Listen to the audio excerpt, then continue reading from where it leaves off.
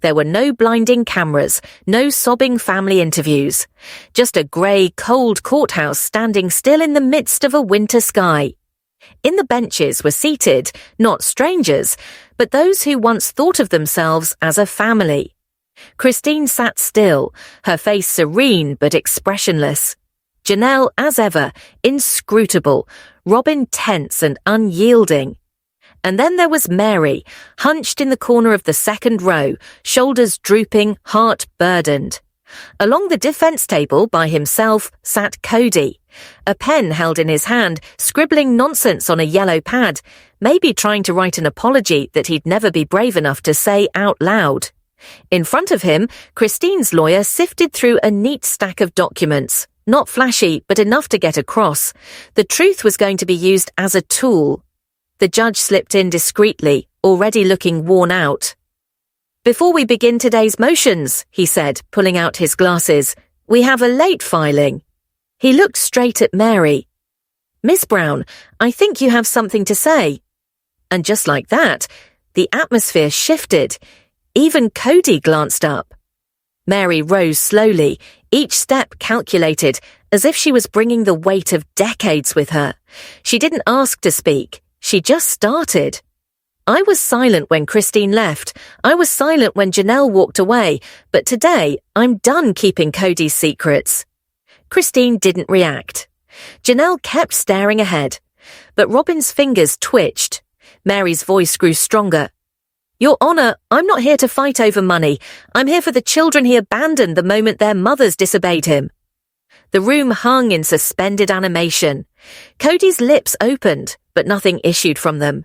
Everyone felt it. Something intense had just been released. Mary went on, her tone level but biting. He didn't just reject his wives. He rejected the children who dared to love their mothers. The judge waved her on. And so, the truth she had promised to take to her grave at last began coming out. One memory, one name, one missing child at a time. Her voice never faltered. It didn't have to. Each sentence was like a nail in a coffin. "Leon is where it started," she continued softly. "The first to question him, and the first to be made to vanish." Cody's hand rested on his notepad. He pictured Leon would come to see, in time, that quiet would be fine.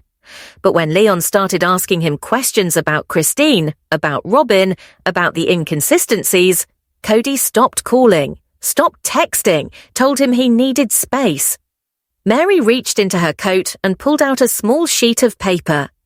"Leon gave this to me the day they left," she said softly. "It says, if I'm not enough to be claimed, then at least let me be remembered." No one gasped. They didn't have to. The silence was so heavy it could have cracked the walls. Christine looked down at a file labelled 2018. Janelle didn't move. Cody clenched his jaw. Mary's voice softened again. That was the start of the end, but it only went that far. She stared directly at Cody. "When you lost sight of Christine as your wife, you lost sight of her kids as your own." No tears, no theatrics, simply reality, harsh, biting, unbreakable. Even the judge leaned back, his face no longer cold and procedural, but keenly concerned. Cody didn't glance at her. His eyes were glaze, set somewhere in the distance, on the verge of shame and fear. Mary went on. Then Gwen appeared. She didn't need notes anymore. Her memory was her proof. "She asked one fundamental thing at dinner," Mary answered. "Why did Robin get a new car and Christine have to sell furniture for Isabel's surgery?" Gwen's number was out of order 2 days after that. Her calls never really ended up reaching anyone. Christine's lips narrowed. She knew already. "Referring to it as boundaries," Mary continued, "told him he was protecting his peace. What he meant to say was, if you don't choose me, I'm going to delete you." The courtroom became heavy with air. Robin finally hung her head, her fists bunched in her lap. "He used to say," Mary breathed, "family is forever." She looked around the courtroom at Christine, Janelle, Robin, and then Cody. But eternity lost meaning when love was disobedience. She took a deep breath. But that was before anyone ever had the nerve to complain about him. Her eyes pinned the judge. I know this isn't a custody fight. I know this isn't about rights. But these children... She paused, voice trembling. They were offered a father. And what they got was conditional love, wrapped up in religious justifications. Her voice shook for a moment, but she steadied herself. When Christine left, he didn't just lose his temper. He made a list of which children would starve until she came back on her knees. The courtroom was silent. They didn't betray him, Mary continued. They just wouldn't abandon their mother, and that was enough for him to annihilate them. The judge leaned forward. Miss Brown, do you have anything to support this? Mary nodded. Slowing, she reached into her purse and pulled out a thick manila envelope. It's all here, she said. Text messages, screenshots, letters, conversations he thought nobody would ever see. No one gasped this time. The shock had worn off, but the burden in the room only grew. This was no longer chaos. This was something colder, more pointed. A calculated erasure of a man's legacy. One child, one truth, one heartbreak at a time. Mary sat back down, her expression tranquil, yet unemotional. As the judge began to sift through the envelope, tension moved again. Everyone watched Christine. She'd yet to say a word, yet everyone knew the binder in front of her was no ornament. Christine inhaled slowly, then stood up. Her lawyer nodded curtly. She approached the witness stand, solid, secure, defiant. The same way she'd walked out of that marriage. But this wasn't about walking away anymore. This was about bringing to light what had been done in the dark. Whatever Mary has to say is true, Christine began, her voice clear and flat. But it's not the whole truth. Cody shifted in his chair. Robin didn't move. I have receipts today, Your Honor, Christine continued. Not receipts of money moving or emails, but receipts of how a man doesn't just withhold money, he withholds love. She pushed open her binder. Each topic was labelled, colour-coded, meticulous. She turned to a page labelled 2020. This, she explained, is a recording of a voicemail Cody left Isabel the week of her back surgery. He hadn't called in 3 weeks. This was the message. Her voice chilled. Tell your mum I'll talk to you when she decides to stop acting like a child. The room was silent as a tomb. Janelle looked down at the table, her eyes vacant. She cried for hours, Christine continued quietly, not because he didn't show up, but because even when he did show up, it came as a threat. She turned another page. Here's another one, she said. A message to Mikkel. Cody told her, don't call me until your loyalty is clear. I'm not here to be a part-time father. Christine's voice didn't rise. Instead, it softened, and somehow made it strike harder. These aren't not good parenting moments, she said. They're evidence of something much deeper. To Cody, love isn't something you share. It's something you control. And when you refuse to obey, he turns off the faucet. She glared at him. He left no children, Your Honor. He used them. And when they stopped playing by his rules, he threw them aside like bad investments. The judge remained silent. He just kept reading through the papers. The silence was thick, not tense but revealing. Cody's carefully built empire, one of image, control, and subtle manipulation, was crumbling before their eyes. But Christine wasn't done. She turned another page, this one red highlighted. This email, she said, wasn't sent to me as an individual. It was forwarded by mistake. She held up a printed copy in a plastic cover. It's from Cody to our TLC representative, March 18th, 2021. Subject line, keeping the fallout in check. Robin's head began to turn slowly to Cody, his pen suspended in mid-air. Christine took a deep breath and began to read. I have to reposition the family narrative prior to Christine's leaving, causing reputational damage. The children are hotheads and drama queens. The less they're seen, the purer our image is. A shudder of gasps ran through the courtroom, not raucous but raw. It was not outrage. It was the sound of waking up. Christine did not bat an eye. He wasn't interested in the kids, she answered coldly. He was interested in the brand, in looking perfect on TV while destroying us behind closed doors. She went on to the next paragraph. Leon has become unpredictable, she read. Gwendolyn won't play ball. We need to reduce their visibility and promote Robin's family as the steady face of the Browns. This time, the commotion in the courtroom was not merely shock. It was grief. Mary did not move, but her eyes told the truth she already knew. Janelle finally looked up. She and Christine locked eyes, and for the first time in years, no competition, no space existed. There was only shared pain. He didn't simply overlook our children, Christine said softly. He erased them, wrote our past as if they never existed, so that he could seem to be the perfect man on television.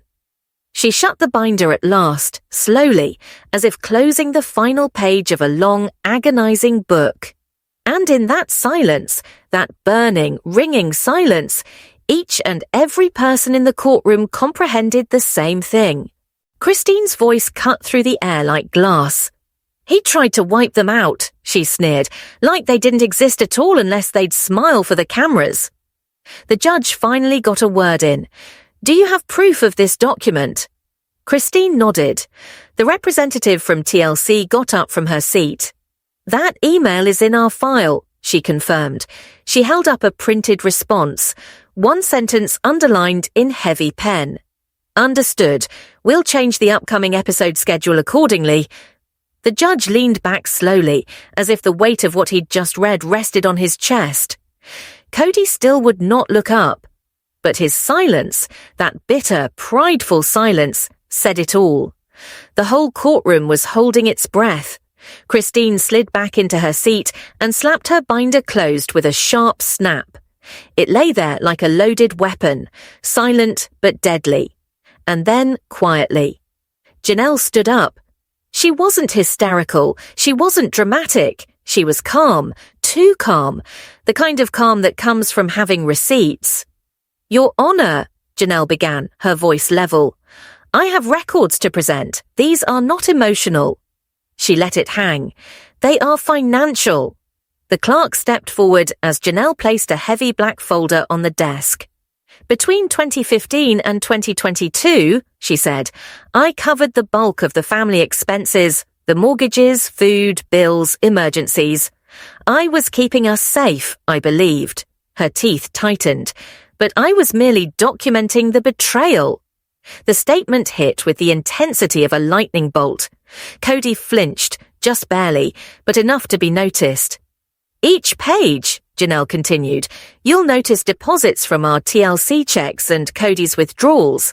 Everything was balanced at first, but by 2019, things shifted. She flipped a page. The deposits started to split. Some went only into the family account. The rest, hidden, funneled into private LLCs and accounts I had no access to. The judge leaned forward. Are these amounts verified? Janelle nodded. Yes, Your Honor. I had them audited by a forensic accountant last month. His report is in the back. She went to the last page. In 2020 alone, she said sternly, joint income worth more than $400,000 was funneled away. None of it was reported. And most of it, she looked directly at Cody, went into accounts in Robin's legal name. The room stiffened. Robin didn't say anything, just dropped her head. That same year, Janelle went on, my daughter asked Cody for help paying for student housing. He told her to be resourceful. Meanwhile, Robin was furnishing a second home, and Cody signed every check. The judge motioned for the clerk to bring him the folder. We'll review it now, he said quietly. This court will recess for 20 minutes before reconvening. Everyone rose. Cody rested back in his seat, his arms crossed, his jaw locked, like a man trying not to have his world crumble. Robin stared off into space, not surprised, but terrified, because she knew exactly what would occur. Mary had broken the quiet. Christine had struck the chord. But Janelle, she provided the numbers. And numbers don't lie. When the courtroom returned, you could feel the tension. The quiet was no longer thick, it was charged. The judge returned, folder under his arm, glasses slipping down his nose. He cleared his throat and glared straight at Janelle. "Miss Brown," he said, "your books are documented. The transactions confirm the account names. This ledger supports Miss Christine Brown's prior testimony of undisclosed reassignment of joint funds." And he glanced at Cody. "Mr. Brown," he stated, voice becoming acid, "do you want to reply before we continue?" Cody slowly stood up. His face was pulled into a mask of rage close to the top. "This entire procedure is a circus," he growled. His voice thundered through the courtroom. "They deserted me. They abandoned structure, solidarity, family. And now they want to turn me into the villain for maintaining order." Christine did not change expression. Mary just shook her head. Cody kept going, his voice uncoiling. "Yes, I chopped off part of the kids. What could I do? Reward disloyalty. They chose up sides. I defended my peace." The judge blinked. "Not. Mr. Brown," he replied in a nonchalant tone, "did you or did you not divert $400,000 in 2020 to a private LLC without notice to your lawful spouses?" Cody's lips parted, then closed, then parted again. "It was to protect us," he growled, "from the chaos." Robin's head spun to him, her eyes wide with terror. The judge slammed down his hand. "Who, Mr. Brown?" he bellowed, "because according to these records, the only two people protected in 2020 were you and Robin Brown." The gasps this time were real, ear-shattering, unrestrained. Cody's ears burned crimson. He crumpled up his fists. "They don't see the business side," he snarled. Cody's voice trembled with nervous determination. "I was just trying to take care of things," he underlined, "keeping the family together." Acutely from the gallery, Mary's voice pierced the hush. "You weren't keeping the family going," she said firmly enough to be caught by the microphones. "You were keeping Robin going." The judge spoke to the clerk. "All documents presented will be made part of the record," he directed resolutely. The courtroom was no longer a courtroom. It was an archaeological site, each layer revealed to be another secret hidden under. But the excavation wasn't finished. Mary stood up again, not because it was asked of her, not because it was asked, but because she knew that it was time. The room fell silent as she held up a small white envelope. "Your Honor," she began quietly, "I have one final piece of evidence." Her tone didn't shake. It didn't need to. "It's not an accounting summary. It's not a binder full of facts. It's a collection of letters from the children Cody severed contact with." She brought the envelope to the clerk and placed it in her hand like it was something sacred. 12, she continued. Written 2021-2023, from Leon, from Gwendolyn, from Gabriel, from Sable, even from Truly. That name hung in the air, a blow to the chest. Christine closed her eyes. "These are not hate letters," Mary spoke up for the first time, her voice trembling. "They're pleas, from children who just wanted to know why their father no longer visited, why he disappeared, why they weren't good enough anymore." She took a breath. "And all of them end the same way. I still love you, Dad." The room went silent, not courtroom silent, heartbroken silent. Cody's fists clenched into the edge of the table, knuckles pale. The judge gestured to the bailiff to bring forth the envelope. He opened the first letter, scanned a few words, then stopped, folded it with care, set it aside. "Mr. Brown," he inquired gently, "did you have any knowledge of these letters?" Cody remained silent. "Did you ever write to them?" No answer. Mary whispered, just loudly enough for everyone to hear. "He told us not to give him emotional blackmail." Robin gasped, not with shock, but understanding. This had nothing to do with the money now. It was about erasure, the kind of cruelty that does not bruise flesh, it hollows hearts. Mary's eyes flared. "He didn't lose his children," she said. "He threw them away, like pieces of junk mail he couldn't be bothered to open." The judge placed the envelope beside the financial records. "These will be recorded as personal testimony and character evidence," he spoke gravely. Then, looking straight at Cody, "Mr. Brown, divorce is no longer the topic. This is about how you equipped silence." Cody didn't say anything, but the image of Cody Brown, family man, religious leader, proud father, was being destroyed in real time, not with shouts, but with paper, hurt, and facts. And then, most unexpected of sounds, a squeak of a chair. Robin stood up. Her hands trembled. She held a thin, unmarked folder, one never spoken of. Every head turned to her. "I did not know all," she stuttered, "but I knew enough. And I remained quiet because I thought I was safeguarding the family. I was not. I was shielding him." She went over to the bench and handed the file to the bailiff. "I taped something," she said. "Something I shouldn't have heard, but I did." Cody went white. "Robin," he started. "That's it," said the judge. "Let her speak." Robin nodded, trembling. "It was last March. Cody was on the phone with his accountant. He had no idea I was in the next room." Her final words hit like a sledgehammer. "He said to me, as long as I pay it out of Robin's trust, they'll never trace the entire sum. TLC pays, I split it. Robin receives it. That way, it looks like she's the dependent." The courtroom gasped. Christine put her hand over her mouth. Mary stiffened, her eyes frosty hard. Even Janelle was shocked. Robin swallowed hard. "I trapped him later," she whispered. "He told me if I ever told anyone about it, he'd split the family apart. And I believed him," she confided in Christine. "You were correct," she whispered. "He didn't simply leave your children. He made me lie for him. And I did." Tears streamed down her face. "He built that trust on my behalf, but he never trusted anyone other than himself." The judge nodded to the clerk. "Accept the recording," he ordered. "Begin transcription immediately. The nature of these proceedings has changed." Cody shot up, furious. "You can't use that," he yelled. "She didn't have the right." "Sit down, Mr. Brown," the judge barked. "Your rights are not what's on trial anymore." Robin sat down again, not beside Cody, but beside Mary. No words, just a silent message. "I'm done lying for you."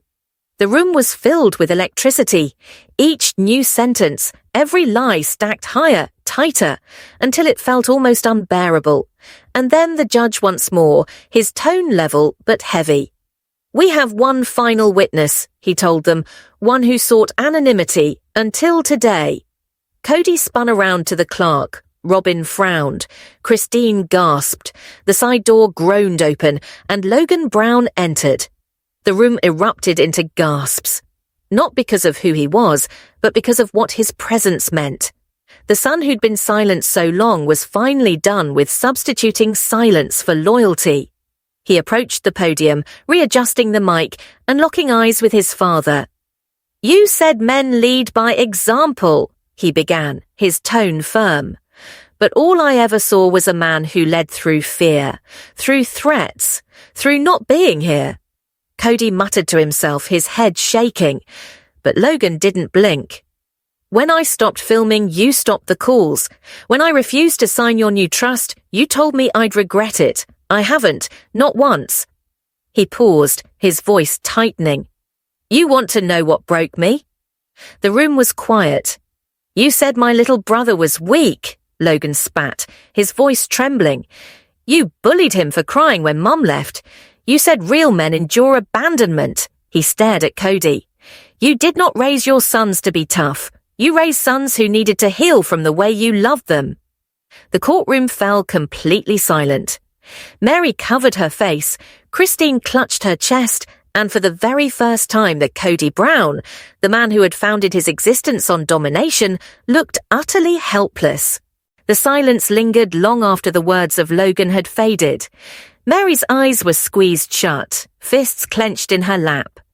Christine sat frozen, as if Logan had just spoken the pain that had been hidden deepest in her heart. Janelle brushed a single tear from her eye, and even Robin was quiet. There were no more words, only truth, unadulterated and undeniable. The judge didn't snare his gavel or his papers. He simply nodded, slow, almost sad. This court finds Logan Brown's testimony as first-hand witness to extended emotional trauma, he said gently. The record will note the credibility of his testimony and the supporting evidence offered. Cody settled back in his chair, his eyes vacant. For the first time, he lacked a defense, not an excuse, not even a deflection. The man who was always ready with something to say sat in silence. The air in the courtroom was thick, not with tension, but with the gravity of it all at last being exposed. That's where Christine stood up for the final time. Her hands trembled, but her voice didn't. The scars which had kept her quiet so long were now weapons of truth. "Your Honor," she started, her voice hard, "I want to return to a topic that was brushed aside too readily at the beginning of these proceedings, indirect custody neglect." The judge nodded gravely. "Please proceed." Christine moved towards the room's center. She wasn't holding papers anymore. She was grasping memory, years of suffering, the maternal resilience that required no proof to be real. "When I left Cody," she said, "I didn't leave a marriage. I left a system that punished love when it didn't fit his version of control." Her eyes flicked to Robin, who sat staring down at her lap, her face red with embarrassment. "He told me," Christine continued, shaking, "that if I ever left, I'd be leaving my children behind, making them orphans. And then he made that threat real." She yanked open a new folder. Inside were page after page, birthday logs, procedure logs, holiday logs, each time he did not show. "He stopped being present," she said to him. "And when the children asked him why he was not present, he said to them that I was keeping them from him. That is not neglect, Your Honor. That is emotional gaslighting." The judge's expression grew stern as he browsed the folder. Christine's hands shook, but not her voice. "And that's not the end of it," she went on. "Each and every one of our children had been promised a modest payment from TLC's 2021 contracts. And suddenly the payments vanished, not reduced, eliminated. When I asked the network what had happened, they told me that the payments had been channeled into a production trust, Cody's trust." Her subsequent words fell like thunder. "He didn't just erase his presence, he erased our children from the books, as if they had never been." The judge let out a deep breath, visibly agitated. "Did Mr. Brown inform you of this transfer?" "No," said Christine, "but his signature is right there on the authorization slip." She pushed it across the table. The timestamp, the routing number, the signature, Cody W. Brown. The judge leaned back, his voice now serious. "This court finds a pattern of intentional and continued withdrawal, financial, emotional, and paternal." The next sentence that slipped out changed everything. "Restitution." Cody's head jerked up. That single word stung worse than any accusation, because now this was no longer merely exposure. This was justice. The courtroom was packed with emotion, with sorrow and anger and shock, but beneath it all, relief. For the first time in decades, truth wasn't whispered in back rooms or edited from television confessions. It was official, it was on tape, it was real. The judge breathed deep and spoke slowly, methodically, in his command. "After listening to all testimony, documents, financial data, and character testimonies, this court determines that what has broken down here is more than a family. It's a system, one based on emotional coercion, fiscal manipulation, and negligent abandonment of several dependents." Christine drew breath.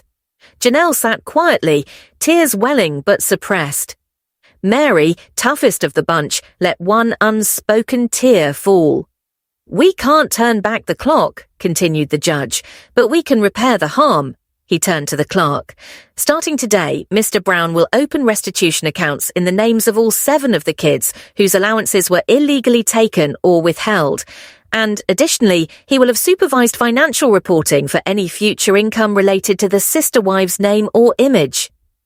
Cody slumped back in his chair. His lips parted, but there was nothing to say. The judge wasn't done.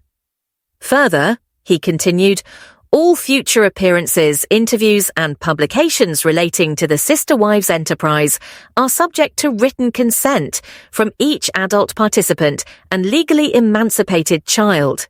Any use of their names, likenesses or stories without consent will automatically incur legal sanction. It wasn't a ruling, it was a gag. Years of coercion and manipulation to get cash and camera time had finally ended. Christine slowly nodded, her eyes shut. Janelle grasped her hand, soft, gentle pressure.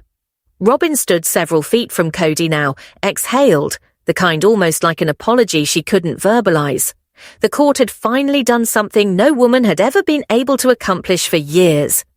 It forced Cody Brown to face the truth and finally made him pay for it. The gavel came down.